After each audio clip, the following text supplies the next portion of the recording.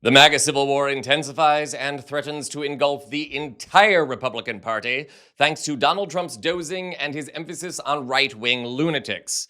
So, fair warning, this is a schadenfreude story, so if giggling at Trump falling asleep in press conferences, the release of the Epstein files, Mike Tiny Johnson's speaker implosion, or any of the other messy stories coming out of the Trump administration make you happy, congratulations, you're going to have a very good time with this one. It's Friday, pour that hot butter rum early. Sounds delicious right about now, doesn't it? Welcome to Occupy Democrats, I'm David Reddish.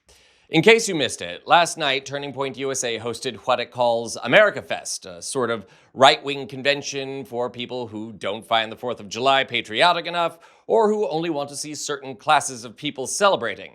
Crimes with Bite Tristan Smashnalists. At any rate, Erica Kirk, widow of Charlie Kirk, attended, as did Ben Shapiro, who delivered a speech of his usual manic, neurotic, and mouth-foaming remarks. Take a look.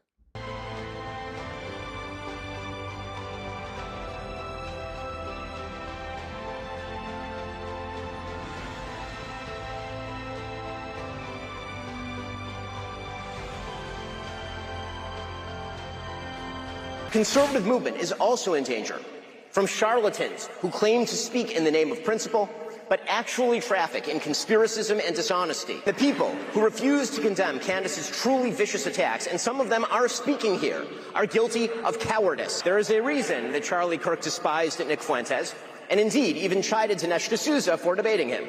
He knew that Nick Fuentes is an evil troll, and that building him up is an act of moral imbecility.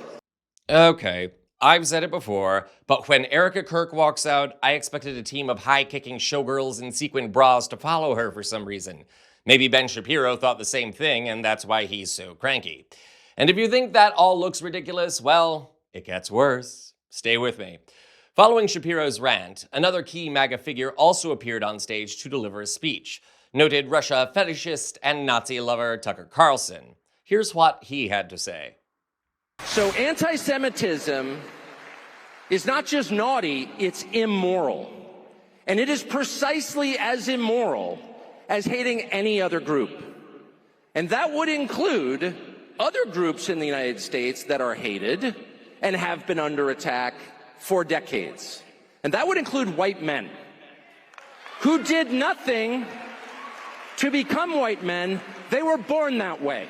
Now, if Carlson, who has become an open critic of Israel and the Jewish community worldwide, and Shapiro, who is very proudly Jewish and who has attacked Carlson in the past, notably for having neo-Nazi incel Nick Fuentes on Carlson's show, if seeing Carlson and Shapiro on the same stage surprises you, or maybe even makes you a little tense, well, it gets worse. Both Shapiro and Carlson had a few veiled digs at one another, which is indicative of a much larger set of schisms on the right at the moment.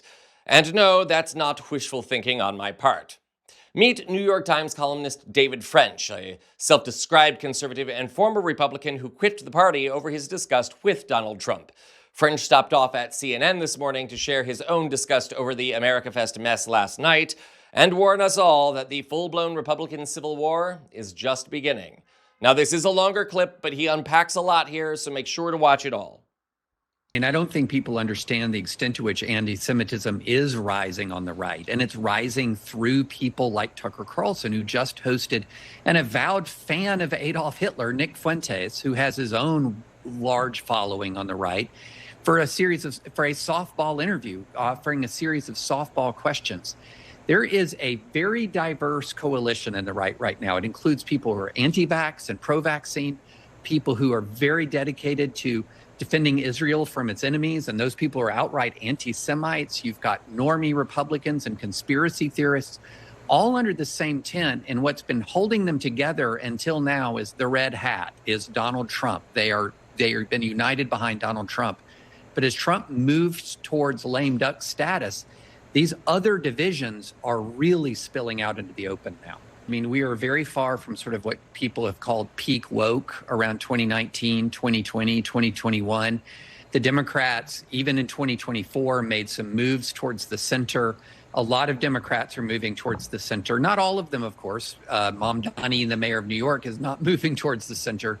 But a lot of Democrats are moving towards the center. And if Trump departing from the scene, and he is, and Democrats are moving towards the center, as many are, a lot of the forces that have united this very fractious MAGA coalition, a lot of those forces are going to become weaker, and a lot of the things that are pulling MAGA apart will become more stronger and more salient. I think we're looking at the beginning of a crack up.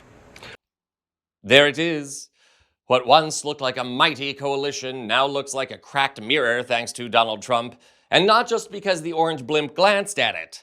No, Trump's failed policies, his gaslighting, his dozing, and the lunatic conspiracy theorists that helped propel Trump to power are what have caused this, and Trump himself can't stop the war, nor, for that matter, does he seem to even want to. So the mudslinging continues, with Candace Owens claiming Erica Kirk conspired to kill her husband, Tucker Carlson postulating that Israel is responsible for every ill in the United States, wingnut theories that Mossad had Jeffrey Epstein killed, that COVID is still a hoax, that Hillary Clinton has babies sacrificed in a pizza parlor, and a host of other nutbag theories that even the X-Files would dismiss as too ridiculous, continue to flow. For the rest of us, those of us living in the reality-based community, like I say, knock back that mulled wine, snack on a gingerbread Yoda, my famous Christmas cookie, and relax. Who needs to go to the movies when holiday entertainment unfolds for free? This is Occupy Democrats.